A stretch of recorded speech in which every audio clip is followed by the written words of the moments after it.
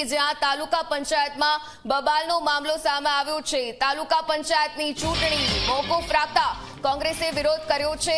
અધિકારીઓએ ચૂંટણી રદ કરાવ્યાનો આરોપ પણ લગાવ્યો।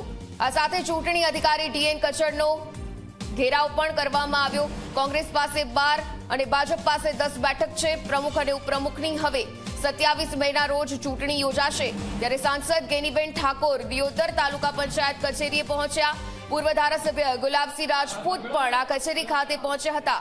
તો ચૂંટણી રદ થતા કોંગ્રેસના કાર્યકરોએ દેખાવો કર્યા। દિયોદર તાલુકા પંચાયતમાં હોબાળા જેવી સ્થિતિ હાલમાં જોવા મળી રહી છે।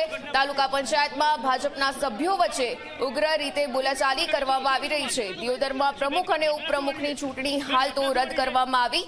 ચાલુ સભામાં બે સભ્યો વચ્ચે ઉગ્ર બોલાચાલી થઈ અને મામલો વધારે ઉગ્ર બન્યો ત્યારે સામાન્ય સભાને પણ હવે રદ કરી દેવામાં આવી છે। તાલુકા પંચાયતમાં ભાજપના સભ્યો આ સભામાંથી પણ નીકળી ગયા।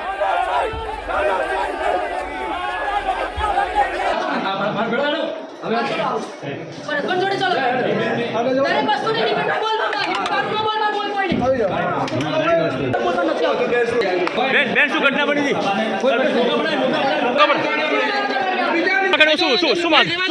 શું બેન ઘટના શું બની છે?